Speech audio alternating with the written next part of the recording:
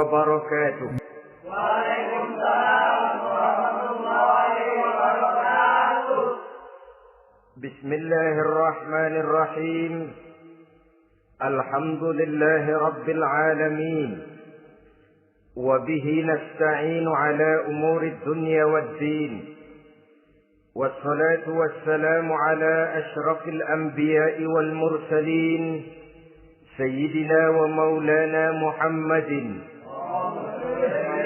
Wa ala alihi wa ashabihil mujahidin at-tahirin, amma ba'du. Saudara-saudara kaum muslimin rahimakumullah. Di dalam surah Al-Ankabut ayat 2, Allah Subhanahu wa ta'ala memberikan peringatan. Ahasiban nasu ayyutraku ayyaqulu amanna wa hum la yuftanun. Adakah manusia menyangka bahwa mereka akan dibiarkan saja mengucapkan amanna, dibiarkan saja mengatakan kami beriman kepada Allah, wa hum la yuftanun, padahal mereka belum diuji lebih dahulu. Ini berarti apabila seseorang sudah berani mengatakan amanna, kami beriman kepada Allah, maka hendaklah ia bersiap-siap untuk menghadapi ujian. Setelah ujian datang, barulah akan nampak nyata kadar dan kualitas keimanan yang dimiliki oleh seseorang. Timbul pertanyaan, mengapa orang yang beriman yang justru diuji oleh Allah Subhanahu wa ta'ala? Logikanya tentu ringan saja, bahwa yang mengikuti ulangan di sekolah tentu adalah anak-anak sekolah. Kalau tidak sekolah, tentu saja tidak perlu ikut ulangan. Makin tinggi kelasnya, makin berat soal ulangan yang diberikan kepadanya. Demikianlah dalam kehidupan beragama. Justru yang beriman, yang mendapat ujian dari Allah Subhanahu wa ta'ala, semakin tinggi nilai kualitas keimanannya, akan semakin berat ujian dan cobaan yang diberikan kepadanya. Nabi kita Muhammad sallallahu alaihi wasallam pernah pula memperingatkan. Beliau bersabda, "Inna asyaddal bala'i al-anbiya, thumma al-awliya, thumma al-ulama, thumma al-amsal fal-amsal, ubtuliyan nasu ala hasabi dinih." Sesungguhnya ujian yang paling berat adalah yang telah diberikan Allah kepada para nabi-nabi. Di bawah itu adalah para aulia, kemudian para ulama, bertahap ke bawah dan ke bawah, diuji setiap orang menurut keteguhan dan kekuatannya berpegang kepada agamanya. Jadi semakin teguh kita berpegang kepada ajaran agama, semakin dekat kita dengan aturan-aturan agama, semakin berat ujian dan cobaan yang datang menimpa kehidupan ini. Maka persoalan inilah yang akan kita bicarakan pada pertemuan kali ini, tentang cobaan-cobaan yang datang menimpa kehidupan kita. Pokok persoalannya adalah surah Al-Baqarah ayat 155. Allah Subhanahu wa ta'ala menjelaskan jenis-jenis ujian yang diberikan kepada kita orang-orang yang beriman. Dalam Al-Baqarah 155 itu Allah Subhanahu wa ta'ala menjelaskan, وَلَنَبْلُوَنَّكُمْ بِشَيْءٍ مِّنَ الْخَوْفِ وَالْجُوعِ وَنَقْصٍ مِّنَ الْأَمْوَالِ وَالْأَنفُسِ وَالثَّمَرَاتِ وَبَشِّرِ الصَّابِرِينَ الَّذِينَ إِذَا أَصَابَتْهُمْ مُصِيبَةٌ قَالُوا إِنَّا لِلَّهِ وَإِنَّا إِلَيْهِ رَاجِعُونَ وَلَنَبْلُوَنَّكُمْ بِشَيْءٍ مِّنَ الْخَوْفِ, dan tentu dan pasti kata Allah, kami akan menguji kamu sekalian, kami akan mencoba kamu sekalian dengan sebagian kecil dari rasa takut, wal ju', rasa lapar, wa naqsim minal amwal, wal anfusi was samarat, kekurangan harta, jiwa dan buah-buahan. Ada 5 macam jenis ujian yang dijelaskan di dalam Al-Baqarah 155 ini. Yang pertama, walanabluwannakum bisyai'im minal khauf. Kami uji, kami coba kamu dengan sebagian kecil daripada rasa takut. Setiap manusia terlahir dengan membawa 2 sifat. Yang kontroversil, akan disebut apa seseorang bergantung kepada sifat mana yang lebih menonjol di dalam dirinya. Tiap orang punya rasa berani, tiap orang punya rasa takut. Kalau beraninya lebih besar daripada takutnya, ia dinamakan pemberani. Tapi kalau takutnya yang lebih besar daripada beraninya, ia dinamakan penakut. Tapi yang jelas, 2 sifat kontroversial ini memang ada dalam diri manusia. Akan diuji kamu sekalian dengan sebagian kecil daripada rasa takut. Takut yang kadang-kadang tidak beralasan. Yang kaya takut jatuh miskin, yang punya jabatan takut kehilangan kedudukan dan pengaruhnya, dan pada akhirnya yang hidup pun menjadi takut mati. Sesuatu yang sungguh tidak beralasan dan menimbulkan kegelisahan di dalam kehidupan. Mari kita lihat dampak yang ditimbulkan oleh rasa takut ini. Ada orang kaya yang takut jatuh miskin. Akibat rasa takutnya ini, pertama, ia menumpuk-numpuk harta sebisa-bisanya dengan menghalalkan segala macam cara. Tidak peduli halal haram, tidak ngerti hak batil, tidak tahu hak dan pantas dan ma'ruf munkar atau tercela. Yang penting ia bisa menumpuk-numpuk harta, menimbun-nimbunnya, tidak hanya cukup untuk dirinya sendiri. Kalau perlu anaknya sudah dipersiapkan untuk jadi orang kaya. Cucunya disiapkan jadi orang kaya. Anak cucunya, cucu-cucunya, seluruhnya. Dia takut jatuh miskin. Kemudian akibat dari rasa takut ini, ia pun terjebak ke dalam penyakit bakhil bin pelit alias kikir. Tidak sedikit pun tergerak hatinya untuk memberikan bantuan dan pertolongan kepada mereka yang memang memerlukannya. Termasuklah ia ke dalam apa yang diingatkan Allah. Allazi jama'a malan wa ajjadahu yahsabu anna malahu akhladah. Orang-orang yang menumpuk-numpuk harta kemudian menghitung-hitungnya. Dia menyangka bahwa hartanya akan dapat mengekalkan kehidupannya di dunia ini. Dia menyangka hartanya akan dapat mengekalkan kebahagiaannya di dalam kehidupan ini. Maka kerjanya hanya menumpuk dan menumpuk. Dan dia sangat takut untuk jatuh miskin. Saudara-saudara kaum muslimin rahimakumullah. Lalu yang kebetulan punya jabatan takut kehilangan kedudukan dan pengaruhnya. Maka ia akan melakukan segala cara dan jalan untuk menjaga keamanan dan ketenangan dari jabatan yang sedang didudukinya. Hilang kesadaran bahwa jabatan adalah amanah. Hilang pengertian bahwa kedudukan adalah alat untuk berbuat baik dan mengabdi kepada sesamanya. Yang ada pikirannya hanyalah bagaimana menjaga kedudukan dan pengaruhnya agar tetap ada dalam dirinya. Segala cara pun dilakukan dan kadang-kadang ia kehilangan kontrolnya. Kemudian pada akhirnya manusia pun dilanda oleh perasaan takut mati. Sungguh sangat tidak beralasan sama sekali. Karena mati adalah kewajiban dari semua yang bernama hidup. Dan Nabi mengingatkan, al-mautu babun fa kullun nasi dakhilu.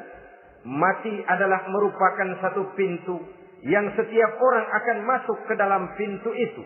Bahkan mati sesungguhnya bisa merupakan nasihat di dalam kehidupan kita. Beliau bersabda, taraktu fikum nasihataini, nasiqan wa samitan. Aku tinggalkan kepada kamu 2 macam nasihat. Pertama, nasihat yang pandai bicara, dan yang kedua, nasihat yang diam saja. Sahabat bertanya, nasihat yang pandai bicara itu apa ya Rasul? Beliau menjawab, Al-Quran. Kalau nasihat yang diam saja apa ya Rasul? Beliau menjawab, maut. Saudara-saudara kaum muslimin rahimakumullah. Yang kaya takut miskin. Yang punya jabatan takut kehilangan kedudukan dan pengaruhnya. Dan pada akhirnya yang hidup pun menjadi takut mati. Sesungguhnya takut-takut yang sangat tidak beralasan sama sekali. Jika orang kaya takut jatuh miskin, untuk itu kemudian dia menghalalkan segala macam cara untuk menumpuk kekayaan yang tidak akan habis dimakan selama 7 turunan. Kemudian diiringi dengan sifat bakhil, sifat tertutup, sifat berpangku tangan melihat kesulitan dan penderitaan orang lain. Maka sesungguhnya dia tidak merasa bahwa harta merupakan titipan dari Allah Subhanahu wa ta'ala. Bahwa ia merupakan alat dan bukan merupakan tujuan di dalam kehidupan ini. Takut miskin adalah satu penyakit yang mengakibatkan orang lupa diri dan lupa daratan. Takut kehilangan kedudukan dan pengaruh juga adalah penyakit yang menyebabkan orang menghalalkan segala macam cara untuk menjaga kedudukan dan jabatannya. Dan takut mati juga sebenarnya sesuatu yang tidak beralasan. Sebab siapa yang berani hidup harus berani pula menghadapi mati. Yang takut mati tidak usah hidup saja. Karena mati adalah kewajiban bagi semua orang-orang yang hidup. Oleh karenanya, rasa takut yang tidak beralasan sesungguhnya merupakan ujian untuk menguji nilai-nilai keimanan yang ada di dalam diri kita.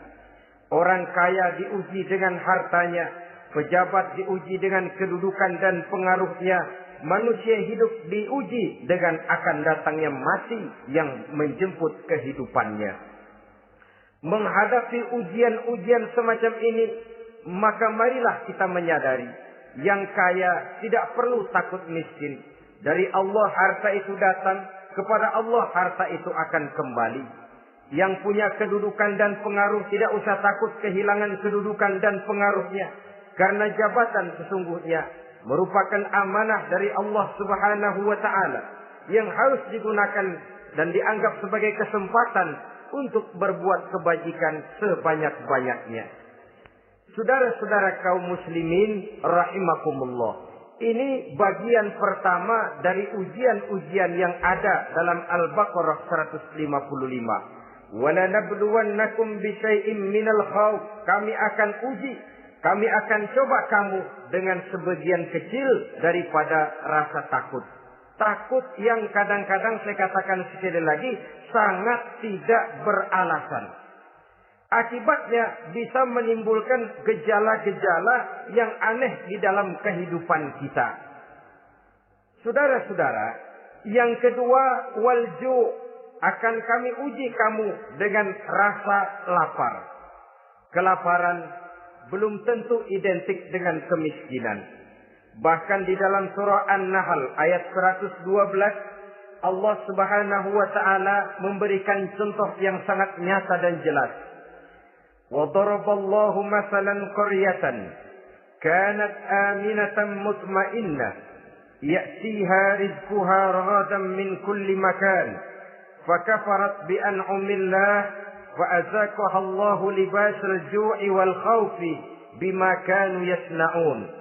Allah memberikan contoh bagaimana keadaan satu negeri yang makmur, aman, tenang, tentram. Rezekinya datang dari segala arah. Fakafarat bi an'umillah, tapi sayang sekali penduduknya kufur dengan nikmat yang diberikan Allah Subhanahu wa ta'ala kepada mereka. Akibatnya fa'azaqahallahu libasal ju'i wal khauf. Allah timpakan kepada mereka kelaparan dan ketakutan bima kanu yasnaun, sebagai akibat dari apa yang telah mereka lakukan. Marilah kita melihat contoh dalam Al-Quran ini untuk mengadakan introspeksi di dalam diri dan kehidupan kita masing-masing. Adalah satu keberuntungan bahwa kita sebagai manusia dijadikan Allah sebagai khalifahnya di permukaan bumi ini, yang ditugaskan untuk membudidayakan alam, mengelola dan mengambil manfaatnya bagi sebesar-besar manfaat di dalam kehidupan kita. Di Dijadikannya bumi untuk tempat tinggal kita sebagai hamparan di mana segala fasilitas dan kebutuhan hidup kita tersedia. Tinggal lagi kita pandai-pandai mengelolanya. Apalagi buat kita Muslim yang tinggal di persada Nusantara tercinta Indonesia ini. Satu negara yang orang katakan untayan jamrut katulistiwa, yang hijau ranau subur makmur, melahirkan slogan dengan kata gemah rifah loh jenawi toto tentrem kerto raharjo. Negara yang demikian subur, negara yang demikian indah, negara yang demikian hijau ranau ini, apabila kita terkena fakafarat bi an umillah, kufur kepada nikmat yang diberikan oleh Allah kepada kita, dia tidak akan mendatangkan ketenangan, dia tidak akan mendatangkan kesejahteraan, bahkan akan sangat boleh jadi akan menimbulkan kekacauan, ketidaktenangan dan kelaparan di tengah negara yang subur makmur. Inilah yang sangat menyedihkan. Kenapa ini bisa terjadi? Fakafarat bi an umillah, orang kufur terhadap nikmat yang diberikan Allah Subhanahu wa taala. Diberikan negara yang subur, makmur, indah, hijau ranau, tapi dikelola dengan cara yang brutal dan membabi buta. Menguras sumber daya alam melampaui sebagaimana yang seharusnya, sehingga memperkosa keadaan alam itu sendiri. Hutan dan belukar yang ditebangi secara liar dan sembarangan akan melahirkan gurun-gurun pasir yang gersang dan tandus. Sehingga dengan demikian maka akan mengakibatkan malapetaka bagi kehidupan manusia itu sendiri. Begitu juga percobaan-percobaan ilmu pengetahuan yang mengundang dan mengandung reaktor-reaktor nuklir akan memberikan luka kepada alam itu sendiri, yang mengakibatkan akan kembali kerugian kepada makhluk bernama manusia. Saudara-saudara kaum muslimin rahimakumullah. Jadi dengan demikian, di dalam satu negara yang subur, hijau, ranau dan makmur, bisa saja terjadi kelaparan apabila kita ingkar, tidak mau bersyukur terhadap nikmat yang diberikan Allah kepada kita. Kita kelola alam ini seenak perut kita saja dengan tidak memikirkan akibatnya di kelak kemudian hari nanti. Kita ambil satu contoh. Orang-orang tua kita dulu pada umur 60 tahun, 70 tahun, kalau dia menanam kelapa, orang lalu bertanya, kakek nanam kelapa untuk siapa nanti? Apa jawabannya? Untuk anak cucu saya. Umur 60 tahun atau umur 70 tahun, ia masih menanam pohon kelapa. Untuk apa katanya? Untuk anak cucu saya di belakang kemudian hari nanti. Orang yang bisa menanamkan sesuatu untuk generasi yang akan datang, itulah orang tua yang bijaksana. Tapi orang yang menanam sesuatu hanya untuk kepentingan dirinya sendiri saja, maka itulah orang yang hanya mementingkan diri sendiri atau orang egois. Tapi lebih celaka lagi, orang yang mau melakukan sesuatu yang akan meninggalkan akibat bagi generasi yang akan datang, akibat yang tidak baik, itulah orang yang aniaya, orang yang zalim di dalam kehidupan kita. Bumi, tempat di mana kita manusia tinggal, bukan satu wujud yang tanpa batas. Pernahkah kita membayangkan cuma satu bumi untuk dihuni oleh 5 miliar lebih dari makhluk bernama manusia, yang kadang-kadang pertumbuhan sarana untuk menunjang kehidupan tidak sepesat pertumbuhan jumlah makhluk bernama manusia itu sendiri. Oleh karena itu kita dituntut untuk pandai-pandai mengelola, membudidayakan alam ini dengan tetap menjaga keseimbangannya, sehingga bahaya kelaparan yang merupakan ujian di dalam kehidupan, insya Allah tidak akan kita temukan di dalam kehidupan kita. Saudara-saudara kaum muslimin rahimakumullah. Ini kelaparan dalam artian sebagai satu bangsa. Bisa juga kelaparan dalam artian dalam kehidupan pribadi daripada manusia. Hidup ini kata orang berjalan bagaikan roda pedati. Sekali tempo naik kita ke atas, lain saat turun kita ke bawah.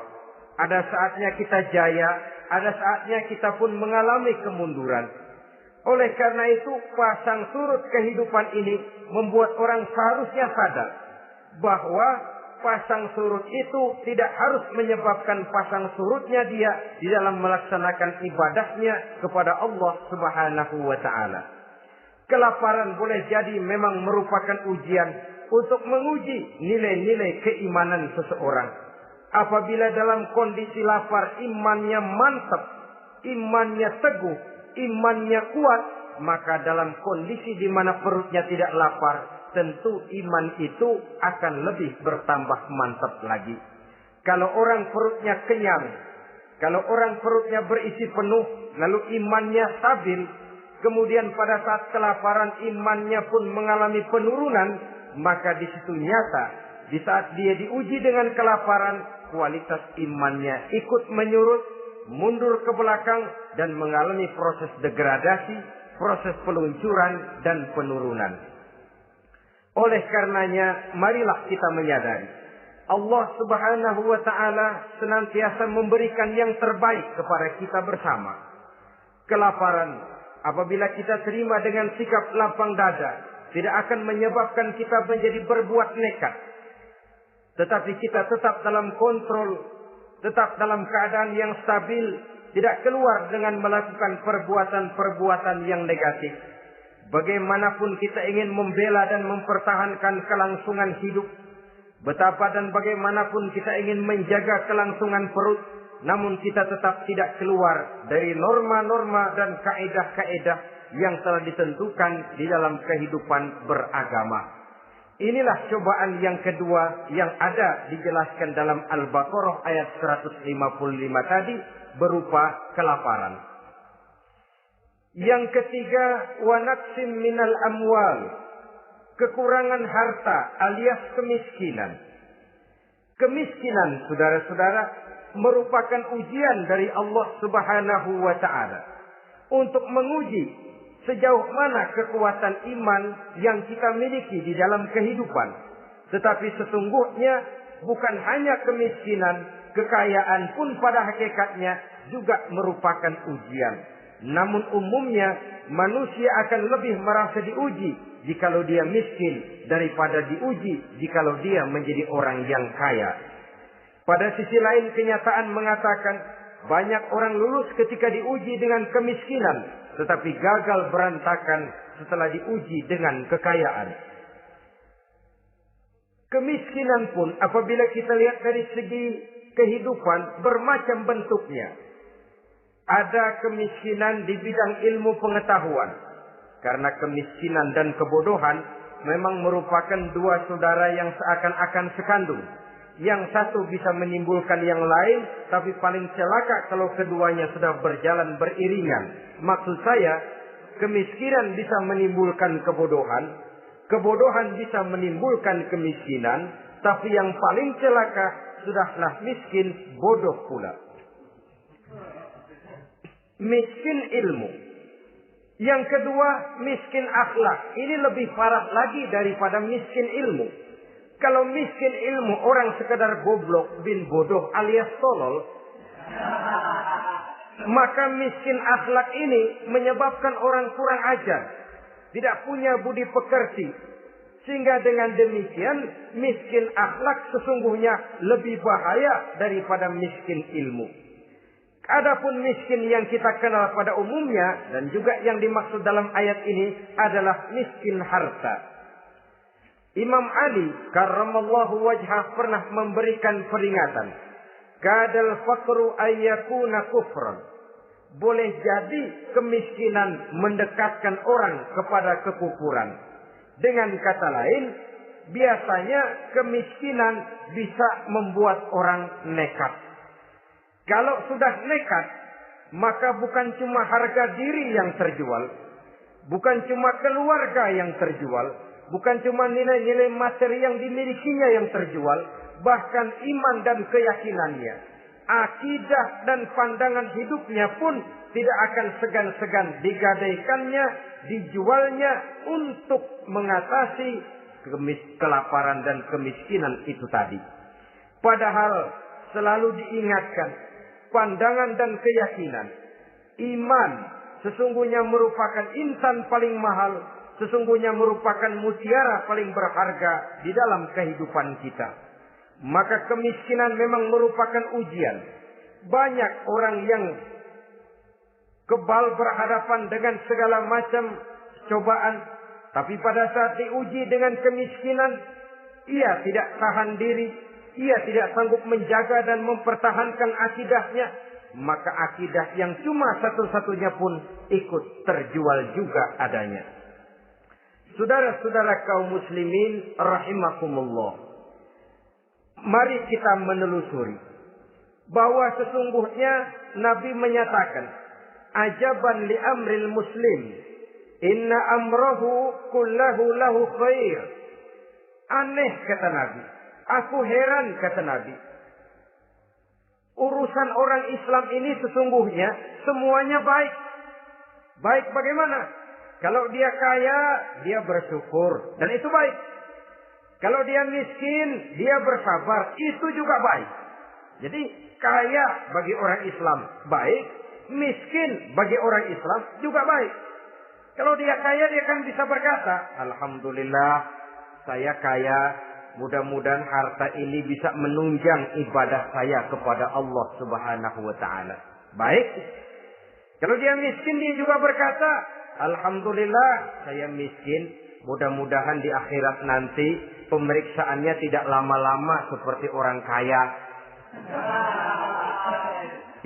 Ya kalau melarat yang mau diperiksa apaan? Memang nggak punya apa-apa. Yang kaya boleh jadi pemeriksaannya rada seret, banyak sikutannya. Saudara-saudara kaum muslimin, dua persoalan ini baik kalau kita tidak salah terima. Mana yang lebih baik? Tentu yang lebih baik menjadi orang kaya yang bersyukur. Dan itu memang wajar. Kaya, syukur. Miskin, sabar. Yang luar biasa kalau mau tahu, miskin, syukur. Kalau kaya, syukur memang mestinya. Miskin, sabar. Ya mestinya lah. Miskin kagak sabar mau kemana? Tapi yang luar biasa sesungguhnya, miskin, syukur. Syukur bagaimana? Ya seperti saya katakan tadi. Alhamdulillah, mudah-mudahan di akhirat nanti pemeriksaannya tidak lama seperti orang yang kaya. Sehingga kata Nabi, setiap persoalan yang dihadapi umat Islam baik bagi dia. Miskin, baik. Kaya, baik. Asal orang tidak salah terima. Tapi sebaliknya, kalau salah terima, kaya, lupa diri. Miskin, lupa daratan. Pada posisi di mana dia sebenarnya tidak bisa menerima kenyataan dengan baik. Akhirnya kehilangan kontrol. Saudara-saudara kaum muslimin rahimakumullah. Karena itu pada pertemuan kali ini saya ingin mengajak kita bersama. Marilah kita menyadari betapapun kemiskinan yang datang menimpa, seluruhnya merupakan ujian yang datang dari Allah untuk menguji nilai-nilai keimanan kita. Jangan iman itu berubah, jangan akidah itu bergoyah, jangan keyakinan dan pandangan hidup itu tertukar dengan keyakinan dan pandangan hidup lainnya. Bahkan dalam kemiskinan, orang biasanya menemukan diri dan kepribadiannya. Dalam kemiskinan, orang bisa berjalan lebih lurus untuk mendekati Allah Subhanahu wa taala. Sesungguhnya kemiskinan bukan merupakan sesuatu yang harus kita takuti. Apalagi kalau ia memang merupakan ujian. Kemiskinan yang merupakan ujian adalah kemiskinan yang akan berakhir dengan kebaikan. Saudara-saudara kaum muslimin, tapi jangan lupa membicarakan pokok persoalannya. Ini kalau kemiskinan menimpa orang-orang yang beriman, itu yang ujian. Kalau nggak beriman, melarat, bukan ujian, persekot.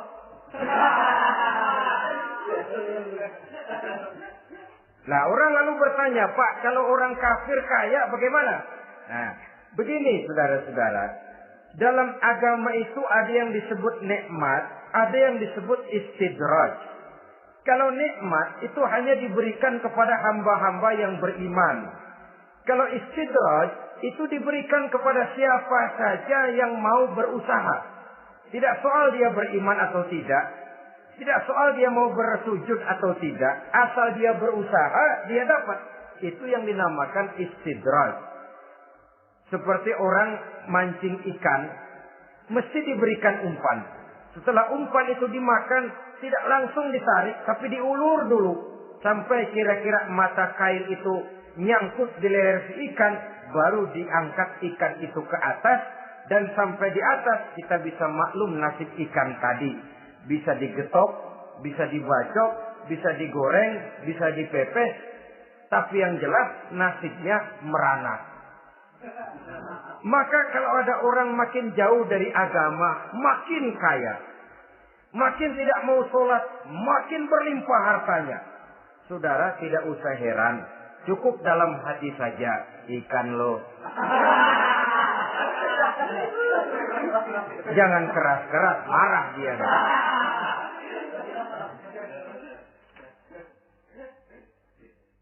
Kemiskinan apabila didasari dengan sikap keimanan merupakan ujian untuk menguji kualitas keimanan seseorang.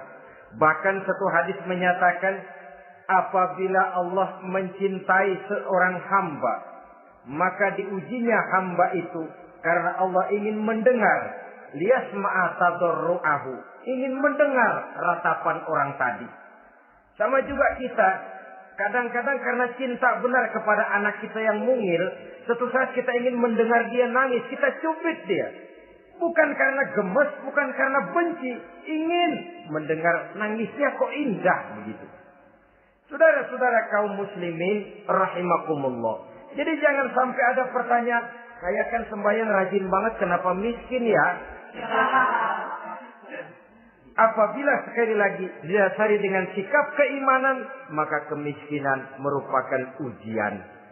Dan tentu anak sekolah itu kalau lagi ujian berat, capek, sakit hati, peras keringat, banting tulang, kepanasan, kehujanan, kenikmatan baru akan dia rasakan pada saat terima rapot pengumuman kenaikan kelas.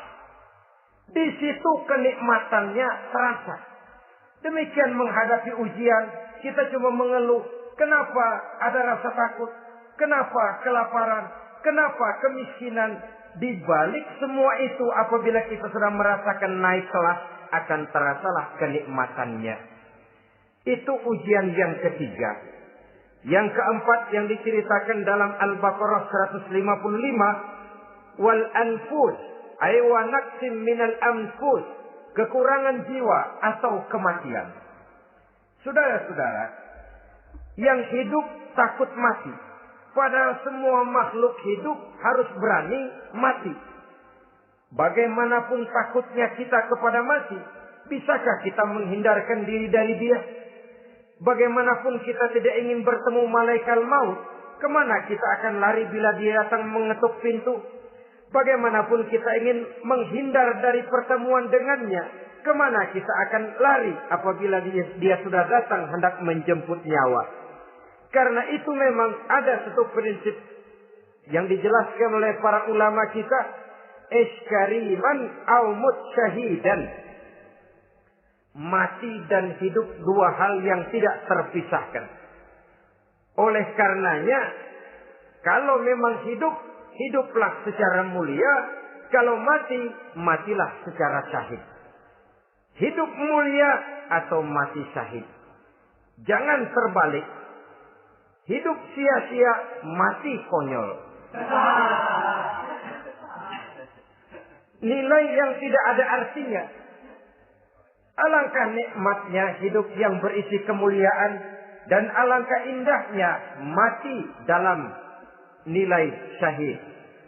Saya ingin menyegarkan ingatan saudara-saudara kepada sikap Nabi Allah Ismail alaihi salam ketika menghadapi keputusan dari Allah Subhanahu wa taala memerintahkan Nabi Ibrahim alaihi salam untuk menyembelih leher anaknya Ismail, yang ini berarti adalah kematian.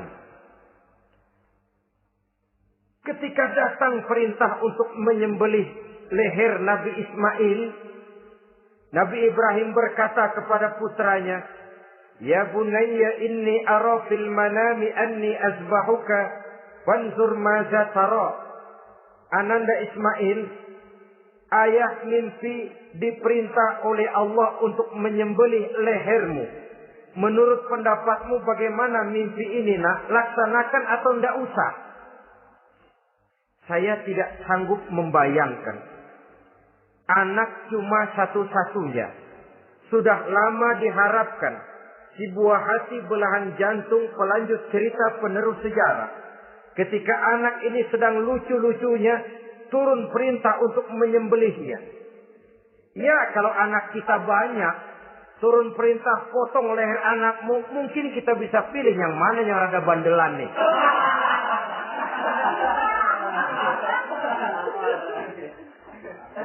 Tapi ini anak cuma satu-satunya. Lucu, sudah lama diharapkan. Dan memang itu juga merupakan ujian kepada Nabi Allah Ibrahim. Seolah-olah Allah berkata, "Hai Ibrahim, dahulu sebelum kau punya anak, kau memang cinta kepadaku. Sekarang setelah kau punya anak, masuk rasa cinta anak ke dalam hatimu. Buktikan Ibrahim, mana yang lebih besar? Cintamu kepadaku, kata Allah, atau cintamu kepada anakmu? Sembelih leher anakmu." Ternyata kemudian sejarah menyatakan, Nabi Ibrahim cinta kepada Allah, beliau pun cinta kepada putranya. Tapi cintanya kepada Allah lebih besar daripada cintanya kepada putranya. Sehingga ketika turun perintah penyembelihan, itu pun dilaksanakannya, tapi tetap musyawarah dulu. Yakin itu memang perintah Allah, beliau toh mengajak dialog putranya. Ini yang penting dalam kehidupan kita. Dialog. Nah, bapak mimpi diperintah Allah untuk menyembelih lehermu. Menurut pendapatmu bagaimana, nak? Laksanakan atau tidak? Yakin itu perintah Allah, tapi asas musyawarahnya tidak beliau tinggalkan.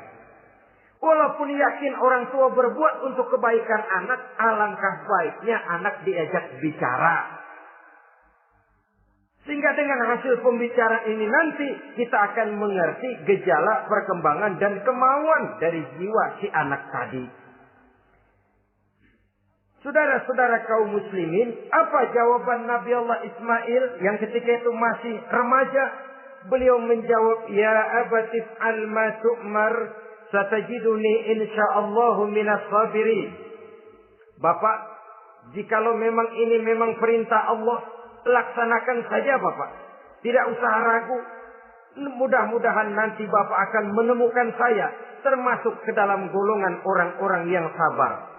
Ini pantulan doa Nabi Ibrahim dahulu ya, ketika meminta seorang keturunan yang merupakan anak yang soleh. Jawaban dari anak yang soleh. Kalau memang ini perintah Allah Bapak, laksanakan saja.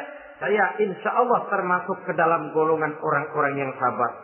Kalau Allah memerintahkan Bapak untuk menyembelih leher saya, silahkan Pak. Saya ikhlas, saya ridho, saya rela untuk memenuhi perintah Allah Subhanahu wa Ta'ala. Ini jawaban anak soleh. Sebab itu sering saya katakan, kalau kita cuma punya anak pintar tidak soleh, mungkin jawabannya nggak begini. "Nak, Bapak diperintah motong leher kamu, nak. Bagaimana pendapatmu?" Mungkin dia jawab, "Bapak aja yang tuaan, Pak."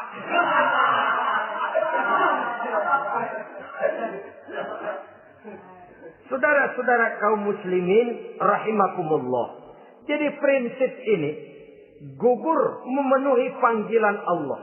Hidup mulia atau mati dengan syahid. Dua pilihan yang harus dua-duanya bisa kita laksanakan.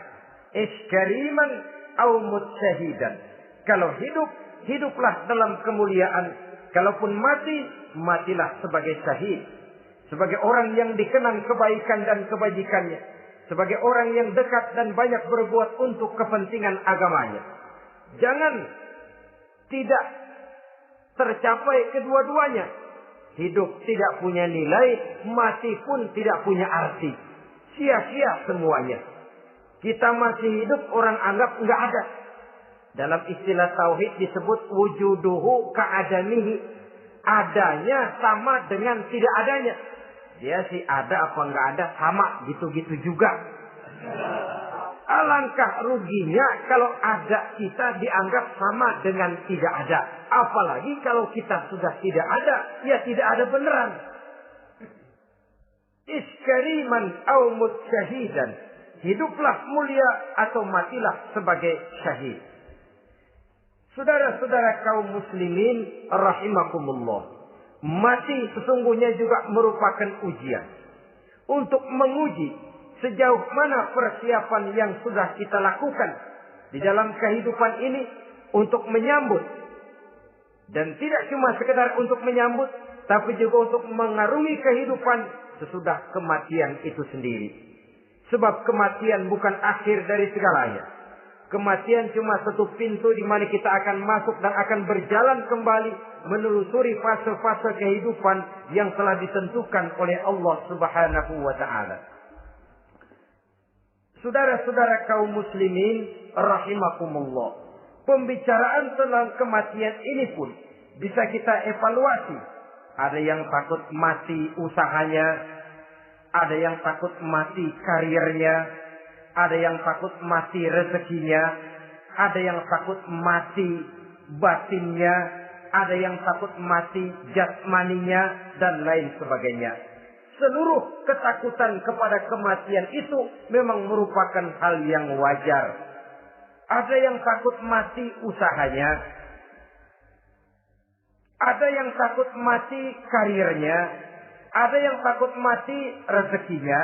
Tapi kalau ketakutan itu lalu melahirkan perbuatan-perbuatan negatif yang menimbulkan penyimpangan, itu sudah di luar dari yang seharusnya. Kematian merupakan ujian. Menghadapi segala macam ujian termasuk kematian ini akan kita bicarakan pada bagian penutup nanti. Yang kelima, saudara-saudara, ujian yang dijelaskan dalam Al-Baqarah 155 tadi. Wa naqsim minas samarat. Kekurangan buah-buahan. Kekurangan buah-buahan bisa berarti paceklik.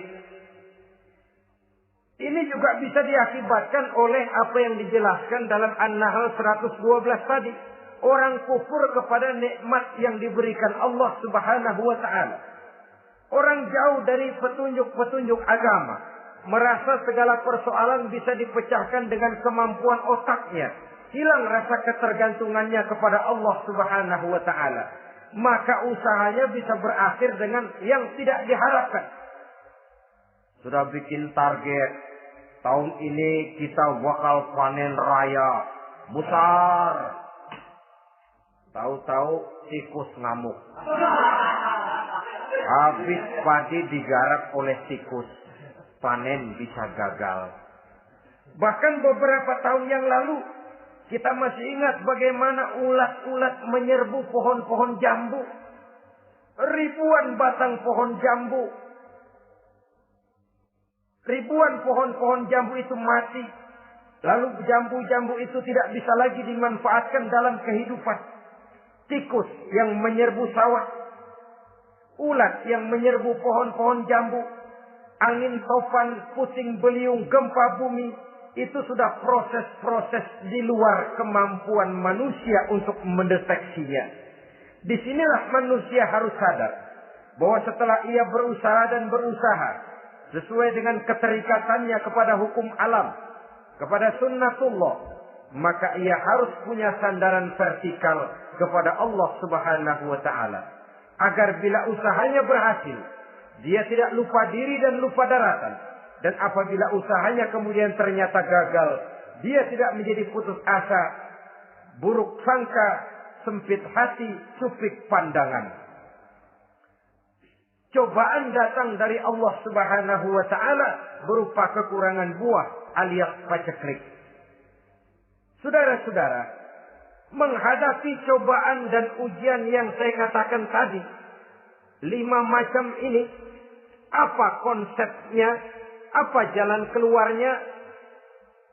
Ayat selanjutnya dalam kalimat tadi menjelaskan, Wa basyiris sabirin, menghadapi ujian-ujian dalam hidup, baik rasa takut, kelaparan, kemiskinan, kematian, kekurangan harta, kekurangan buah-buahan.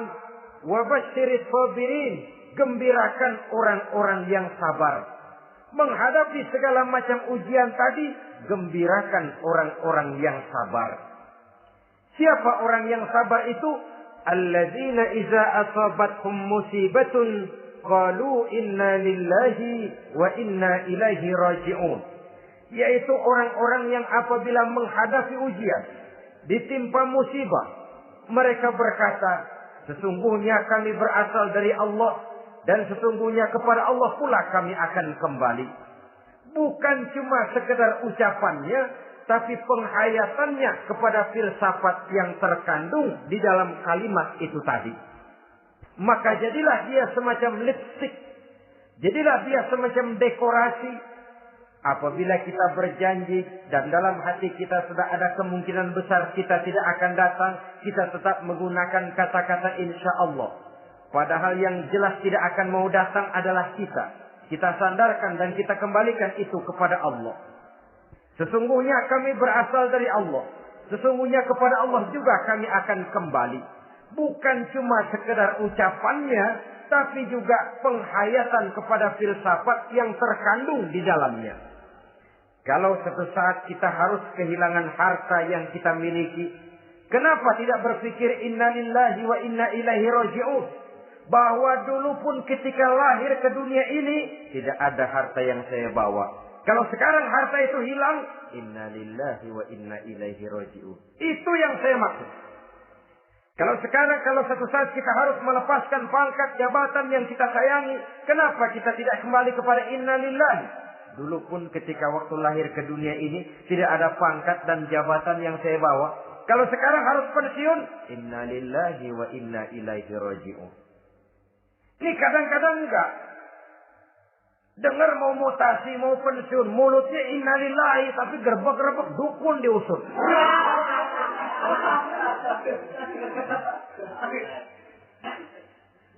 Keluarganya meninggal, mulutnya innalillahi, tapi nangisnya tetap enggak mau berhenti. Bukan cuma sekedar ucapannya, tetapi penghayatan kepada nilai dan filsafat yang terkandung di dalam kalimat innalillahi itu. Sesungguhnya segalanya saja berasal dari Allah. Segalanya saja akan kembali kepada Allah Subhanahu wa ta'ala. Kalau ini yang kita jadikan landasan, maka sesungguhnya menghadapi berbagai ujian ini, kita tidak akan salah tingkah. Tidak akan salah tingkah, tidak akan salah sikap. Kalau sudah ini dasar dan fondasi yang menjadi landasan tempat di mana seluruh cobaan datang bertumpu, segalanya datang dari Allah, segalanya akan kembali kepada Allah, maka betapapun bertumpu ujian datang menimpa, rasanya tidak akan lagi membuat kita goyah, karena fondasi tempat kita berdiri sudah demikian kokoh dan kuatnya. Dan fondasi itu inna lillahi wa inna ilaihi raji'un. Segalanya datang dari Allah, segalanya akan kembali kepada Allah Subhanahu wa ta'ala. Keyakinan ini memberikan kelapangan jiwa. Dari kelapangan jiwa, maka akan tertuang ketenangan dan ketentraman. Jauh dari stres, jauh dari darah tinggi, jauh dari bingung, jauh dari rasa takut. Segalanya sudah kita kembalikan kepada Allah Subhanahu wa ta'ala. Saudara-saudara kaum muslimin rahimakumullah. Oleh karenanya, ini jalan keluar dan inilah orang yang sabar. Yaitu orang yang mengembalikan segala persoalan bahwa segalanya datang dari Allah, segalanya akan kembali kepada Allah. Bukan sabar dalam pengertian kita sehari-hari. Sabar, maaf ya, dalam pengertian kita sehari-hari biasanya orang yang sabar yang gak banyak tingkah. Diam. Gak salah apa-apa, kepala dikelepak. Diam aja. Ente gak salah apa-apa dikelepak, diem ya. Gue lagi sabar, diem-diem loh. Rasanya ini sih, kalau sabar macam ini yang kita punya, boleh jadi kita akan tertindas terus. Sebab itu, pada penghujung surah Al-Asr, Allah menggandengkan antara tawasau bil haq dengan tawasau bis sabr. Kebenaran dan kesabaran, dua hal yang memang tidak boleh terpisahkan satu dengan yang lain. Kalau kita benar, kita harus sabar. Kalau kita mau sabar, harus karena benar. Apabila kebenaran satu prinsip, maka kesabaran adalah satu strategi. Prinsip yang tanpa strategi bisa membuat kita tidak akan mencapai tujuan yang kita harapkan. Artinya, kebenaran tanpa kesabaran membuat kita mudah dipatahkan orang, tapi kesabaran tanpa kebenaran akan membuat kita diinjak terus oleh orang lain. Karena itu, kalau yakin kita benar, harus sabar. Kalau mau bersabar, harus karena benar. Dalam hal ini, sifat sabar yang dicontohkan oleh Rasulullah Sallallahu Alaihi Wasallam sungguh memang merupakan jadi panutan. Sepanjang persoalannya adalah persoalan pribadi. Sepanjang pribadi beliau yang dihina, sepanjang pribadi beliau yang dicaci maki, beliau biasanya bisa mengendalikan diri. Tapi kalau sudah agama masalahnya, maka beliau pun tidak segan-segan mencabut pedang, maju ke medan perang. Bukan untuk memaksakan agama dan keyakinan, karena agama dan keyakinan memang tidak bisa dipaksakan. Tapi untuk menjaga, membela dan mempertahankan agama dari hinaan, cemoohan dan caci maki orang lain. Yang kita lakukan sebaliknya. Kalau pribadi kita yang dihina, marahnya 17 langit. Tapi kalau sudah agama dicaci maki orang, agama dihina orang, agama diremehkan orang, biarin dah, masih banyak ustaz. Cuma masalah ustadzkah agama itu? Cuma urusan kiaikah agama itu? Tidak. Agama itu urusan setiap pribadi muslim. Ya, dia jadi pengusaha. Ya, dia jadi pejabat. Ya, dia jadi seniman. Ya, dia jadi teknokrat. Ya, dia jadi ekonom. Ya, dia jadi pakar di berbagai bidang. Agama adalah masalah setiap kita. Kalau pribadi Nabi yang dicaci, pribadi yang dihina dan dicemoohkan orang, beliau mengendalikan diri. Tapi kalau sudah agama taruhannya, beliau tidak segan-segan cabut pedang, maju ke medan perang. Sabar, tapi pada tempatnya. Sabar tidak dalam artian diam, delohom, ayem-ayem, gelenggem, menunggu embun yang turun dari langit. Emang lagi lapar, sabar aja. Nggak usah makan, nanti juga waktunya Tuhan kasih kenyang-kenyang. Kalau sabar macam ini yang kita pakai, lapar terus dah. Emang giliran sakit, sabar aja. Nggak usah berobat, nanti juga waktunya baik, sembuh. Mati terus dah.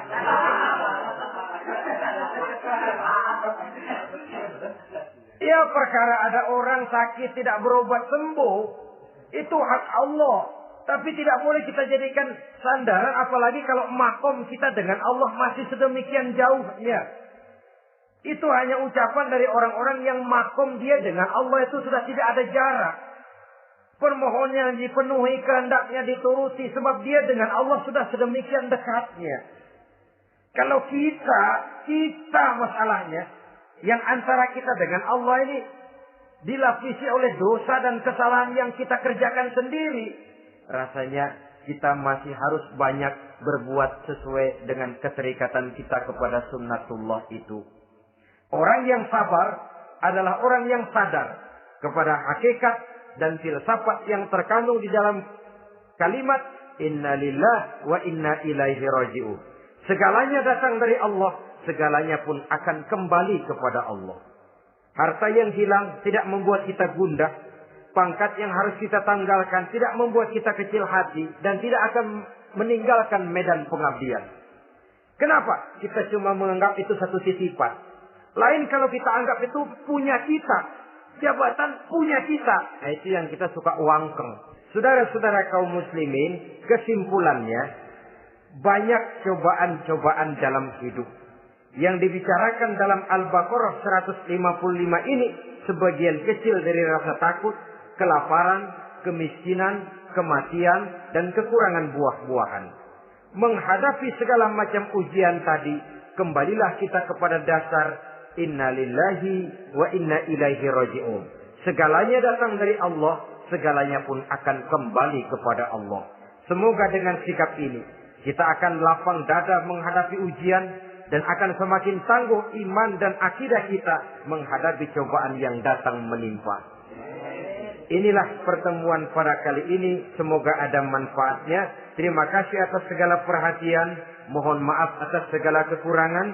Usikum wa nafsi bitaqwallah. Wassalamualaikum warahmatullahi wabarakatuh.